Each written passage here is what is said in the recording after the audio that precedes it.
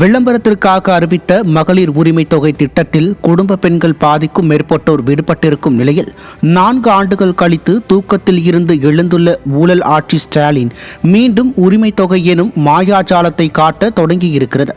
தேர்தல் வாக்குறுதிகளில் பொய்களை மட்டுமே நிரப்பிய விடியா ஸ்டாலின் ஆட்சிக்கு வந்த முதல் 2 ஆண்டுகள் பெண்களுக்கு பட்டை நாமம் போட்டுவிட்டு 2024 நாடாளுமன்ற தேர்தலுக்கு முன்பாக வாக்கு அறுவடைக்காக மகளிர் உரிமை தொகை திட்டத்தை அறிவித்தார்.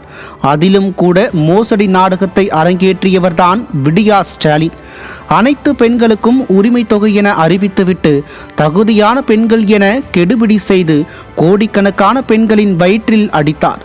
2026 தேர்தல் நெருங்கிவிட்ட நிலையில் தற்போது விடுபட்ட பெண்களுக்கு உரிமை தொகை வழங்கப்படும் என முழங்கியுள்ளார்.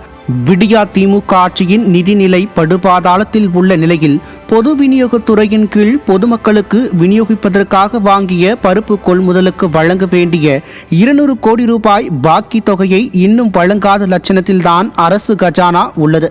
திறனற்ற ஆட்சியை வெற்று விளம்பரம் மூலம் தூக்கி நிறுத்த முயற்சிக்கும் விடியா திமுக மீண்டும் மகளிர் உரிமை தொகை என ஆசை காட்டி மக்களை ஏமாற்றி வாக்கு வேட்டையாடி விடலாம் என கற்பனை கோட்டையில் மிதப்பதாக விமர்சனம் எழுந்துள்ளது.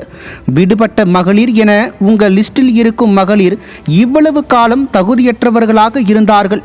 தகுதி உடையவர்கள் என்றால் 4 ஆண்டு காலம் வழங்க வேண்டிய 1000 ரூபாய் உதவி தொகையை வட்டியுடன் தருவீர்களா என்ன? விளம்பரம் கை கொடுக்காததால் அனைத்து துறைகளிலும் தோல்வியை அடைந்துவிட்ட விடியா மாடல் திமுக அரசுக்கு தேர்தல் மூலம் தக்க பாடம் புகட்ட பெண்கள் உட்பட அனைத்து தரப்பினரும் தயாராகிவிட்டார்கள்.